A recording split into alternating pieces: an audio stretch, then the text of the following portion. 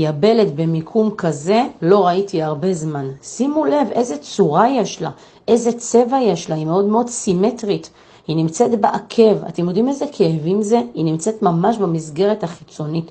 מיקום מאוד מאוד נדיר שאני לא נתקלת בו הרבה.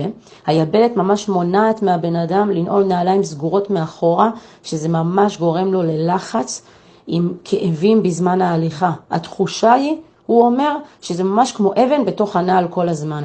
שאלתי אותו איך זה קרה לו, אם הוא זוכר מתי זה התחיל, והוא סיפר שנכנסה לו שם זכוכית, שנשארה שם כמה ימים, שגרמה לזיהום ואינפקציה מאוד רציני. כמובן שזה התפוצץ ויצא הזכוכית, ומאז הוא ממש סובל מהיבלת הזאת. רק תראו כמה הגוף שלנו חכם, הוא ישר רוצה להגן עלינו. איך הוא עושה את זה? על ידי ייצור של אור יבש באזור הפציעה.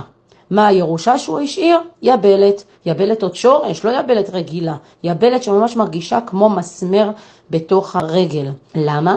מכיוון שגם בעקב שלנו יש הרי עצם. העצם הזאת לחצה במקום של היבלת ויצרה יבלת שורש.